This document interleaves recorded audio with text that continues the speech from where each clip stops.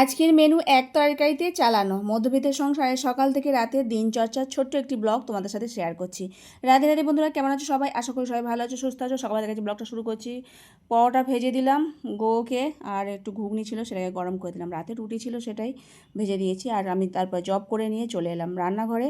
গোগো কলেজে গেছে সকালবেলায়, তো রাত্রিবেলা ওটা করে রাখি। ও যেদিনকে পরীক্ষা থাকে সেদিনকে এরকমভাবে করে দিই। আর নইলে কোনো সময় খিচুড়ি করে দিই প্রেশার কুকারের মধ্যে ডালে চালে মিশিয়ে শুকনো শুকনো।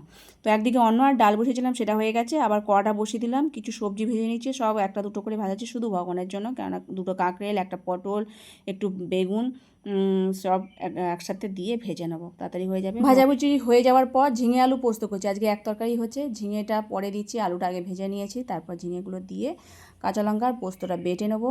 ঝিঙে জল বেরিয়ে সেদ্ধ হয়ে যাবে, তাই পোস্ত বাটাটা দিয়ে দেওয়ার পর একটুখানি জল ধুয়ে দিয়ে দিয়েছি, ব্যাস ওতেই হয়ে যাবে। এখন লবণটা দিচ্ছি, কেননা ঝিঙেতে এত জল বেরোবে, আলু হয়ে যায়।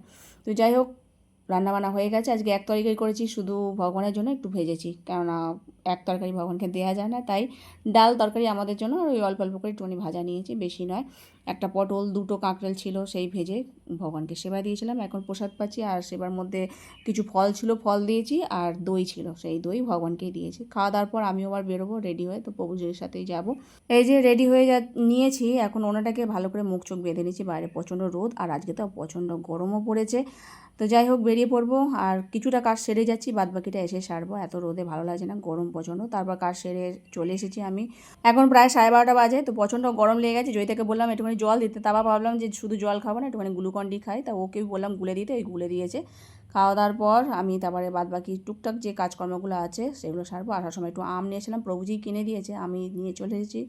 তারপরে এগুলো গুছিয়ে রাখলাম, আর রান্নাঘর ক্লিন করে গিয়েছিলাম, বাসনও কটা মেজে গিয়েছিলাম। আর ভগবানকে সেবা দেওয়ার পর যে বাসনগুলো পড়েছিল সেগুলো এখন মাজতে হবে। গ্যাসও মুছে নিয়েছি, শুধু এই কটা বাসন পড়ে আছে, এগুলো এখন মেজে তারপর স্নান করে নিয়েছিলাম। তারপর দুপুরের প্রসাদ পাচ্ছি প্রভুজি আসার পর।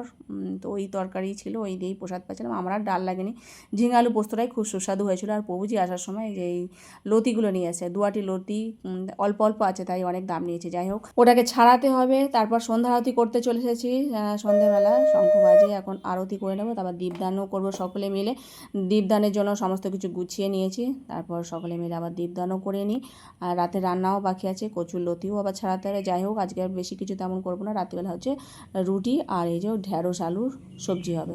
রাত্রিবেলা রুটি দিয়ে ঢ্যাঁড়স আলুর সবজিটা খুব ভালো লাগে, একটু আদা আর হিং দিয়ে দিলে খুব ভালো হয়। তারপর আটা মেখে নিয়েছি, আটা মেখে তারপর রুটি কটাও করে নিচ্ছি। আজকে সকালবেলায় এক তরকারি মেনু হয়েছিল। তো ওই মধ্যবিত্তের সংসার, সকাল থেকে রাত যা যা করে হয় সেগুলোই তোমাদের সাথে শেয়ার করি। তো গরম গরম ফুলকো ফুলকো রুটি এখন ভগবানকে সেবা দিয়েছি। আর যেহেতু আম নিয়ে এসেছি, এই গরমে এই আমটাই ভালো লাগে, আর আম বেশি দিন রাখাও যায় না, এই গরমে পেকেও যায়। তো যাই হোক, ভগবানকে ওই দিয়েই সেবা দিয়েছিলাম। রাতের এই প্রসাদ একটু অন্ন ছিল, জয়িতা বলে অন্নই পাবে এই ঢ্যাঁড়স আলু সবজি দিয়ে, আর আমরা সকলে রুটি পাচ্ছি। আজকের মতো ভিডিওটা শেষ করছি। হরে কৃষ্ণ।